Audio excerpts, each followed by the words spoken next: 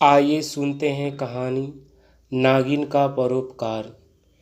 एक गांव था। उस गांव में शिवानी अपने माता पिता और दो भाई बहन के साथ रहती थी। शिवानी भगवान शंकर की भक्त थी। वह प्रति सोमवार व्रत रखा करती थी। वह अपने माँ से जान चुकी थी कि जो कुंवारी लड़की शिव की सोमवार व्रत रखती है उसे शिव की कृपा बनी रहती है। शिवानी के गांव में 100 साल से पुराना शिव का मंदिर था। उस मंदिर में मणिधारी नागिन रहती थी। शिवानी सुशील और अति सुंदर लड़की थी। वो अपना घर का काम काज करने के बाद गंगा स्नान करके पुराने मंदिर में बेलपत्र धतूरा गाय का दूध से शिवलिंग पर पूजा करती थी। शिवानी का सोमवार व्रत था। वह गंगा स्नान करके मंदिर में पूजा के लिए जा रही थी। एक तांत्रिक था जो अपने विद्या के बल से जान चुका था कि इस मंदिर में कोई शक्ति नहीं है, यह कोई बाहरी शक्ति है।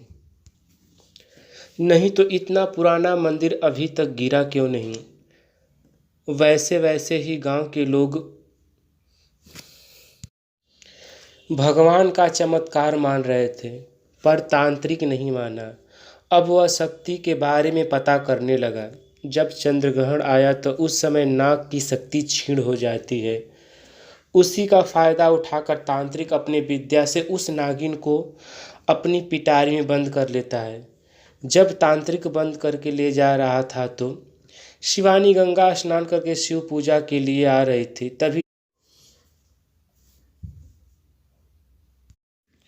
उसकी नज़र पिटारी पर पड़ी तो शिवानी बोली, तांत्रिक, अपने विद्या को सिद्ध करने के लिए मासूम सांपों की बलि देते हो। मैं कहती हूँ इस सांप को छोड़ दो।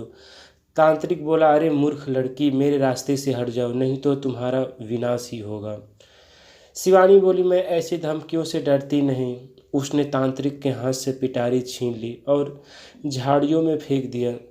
पिटारी गिरने से खुल गई और नागिन उसमें से निकल गई। पर तांत्रिक फिर से पिटारी की तरफ झपटा, पर शिवानी ने त्रिशूल निकाल कर बोली, तांत्रिक चला जाए, वरना मेरे हाथों से मारा जाएगा। नहीं तो गांव वालों आ गए तो तेरे नोच नोच के मार डालेंगे। उस समय तांत्रिक तो चला गया और बोला कि मैं अगले चंद्र ग्रहण पर आऊँगा और तुम्हें देख लूँगा। अब वह बड़ी हो गई थी। शिवानी के माता पिता कुछ चिंता सताने लगी कि उसकी शादी हो जाए। जब पंडित जी ने शिवानी के पिता से शादी की बात चलाई तो पंडित जी बोले कि मेरी नज़र में एक शादी शिवानी के योग्य है। माधव राव के बेटा और एक बेटी है। बेटा का नाम वैभव है। अगर आप बोलो तो मैं शादी के लिए बात चलाऊं। तो शिवानी के पिताजी बोले, ये तो बहुत अच्छी बात है, आप शादी की बात चलाइए। माधव के पास बाग बगीचा और खेती बाड़ी अधिक थी। माधव दो भाई थे। बड़े भाई राघव थे। राघव के 4 बेटे थे। उन बेटों की नज़र माधव के खेत पर टिकी थी। अब वह मौका ढूंढने लगे कि अगर वैभव को मार देते हैं तो सारी जायदाद अपनी हो जाएगी। इधर पंडित जी कहने पर माधव ने शादी के लिए राजी हो गए। माधव को लड़का पसंद आ गया और वैभव और शिवानी की शादी कर दी गई। वैभव की मां शकुंतला बहू की सभी प्रकार से देखरेख की। महीने बीतते गए। उधर राघव के बेटे को माधव के घर की शहनाई आँखों की किरकिरी बन गई। अब वे चारों मौका के तलाश में रहने लगे। मौका पाकर धोखे से माधव की हत्या कर देते हैं।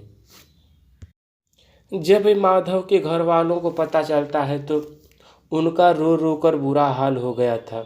माधव के घर वाले जान चुके थे कि माधव को जंगली जानवर नहीं बल्कि उनकी हत्या कराई गई। उनकी लाश जंगल में मिली। उनकी शरीर का कुछ मांस जंगली जानवर खा गए थे। इसलिए पुलिस को यही बात लगी कि सबूत न होने के कारण राघव के बेटे बच गए। कुछ दिन बीते तो शिवानी अपने मायका चली गई।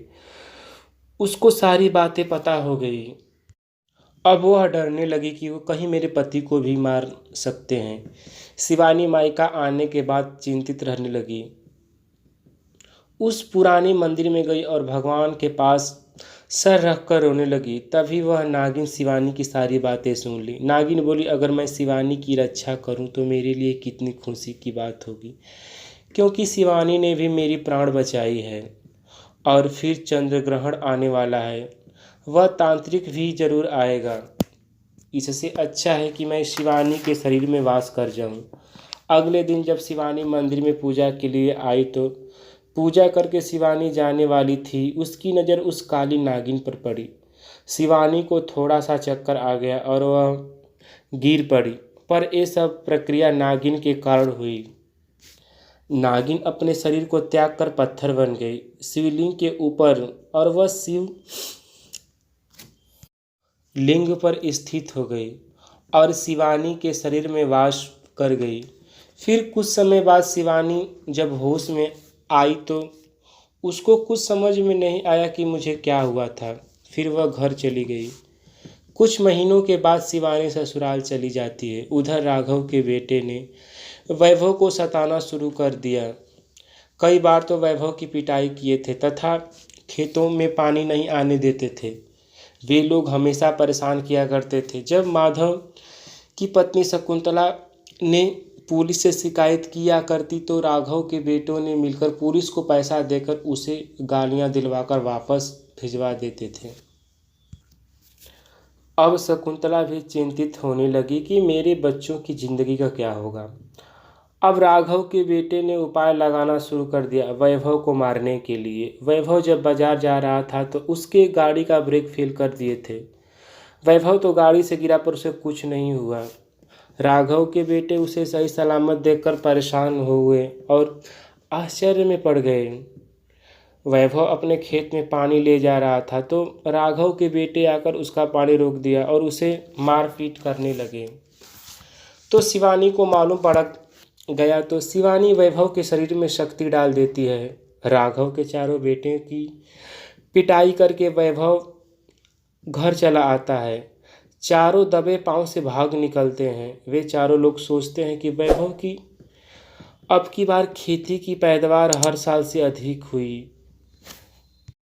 उन लोगों ने उसके खलिहान में आग लगाने के लिए अपना एक आदमी भेजते हैं तो शिवानी जान जाती है। तो जब उनका आदमी आग लगाने चला जाता है तो शिवानी अपनी शक्ति से आग बुझा देती है।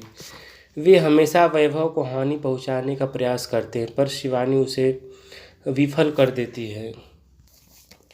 एक बार वैभव जंगल के रास्ते से बाजार जा रहा था कि राघव के चारों बेटे मिलकर वैभव को घेर लेते हैं और वैभव को मार कर अधमरा कर दिए। जब ये बात शिवानी को मालूम पड़ी तो राघव के चारों बेटों को डस लेती है।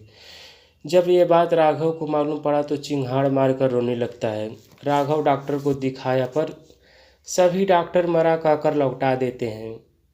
राघव कहने लगा, अगर मेरे बेटे नहीं रहे तो दुनिया में तो मैं धन दौलत का क्या करूँगा। शिवानी को दया आ जाती है और राघव से कहती है, अगर आप लोग कुमारों का रास्ता छोड़कर मार्ग पर रहोगे तो मैं आपकी बच्चों का जान बचवा सकती हूँ। राघव बोला, बिटिया तुम जैसे कहोगी वैसे हम तैयार हैं, मेरे बच्चों का जान बचा दो। शिवानी बोली, जान तो जरूर बच जाएगी मगर जहरीली नागिन के काटने से उन्हें कुछ अपना एक अंग खोना पड़ेगा, क्योंकि नागिन इतनी जहरीली है कि वह अपना गहरा असर छोड़ेगी। कोई लूला, कोई लंगड़ा, कोई बहरा, कोई अंधा भी हो सकता है। राघव बोला, कुछ भी करो बच्चे का जीवित हो जाए। शिवानी एक जड़ी बूटी पीसकर चारों को पिलाती है। वे जीवित हो जाते हैं मगर उनका एक एक अंग काम करना बंद हो जाता है। अब राघव को मालूम समझ हो गया कि जैसे किया वैसे मिला। धन्यवाद। अगर कहानी आपको अच्छी लगी तो हमारे चैनल को लाइक और सब्सक्राइब कर दीजिए और अपने दोस्तों के साथ भी शेयर कीजिए। कमेंट कीजिए कि हमारी कहानी आपको कैसी लगी।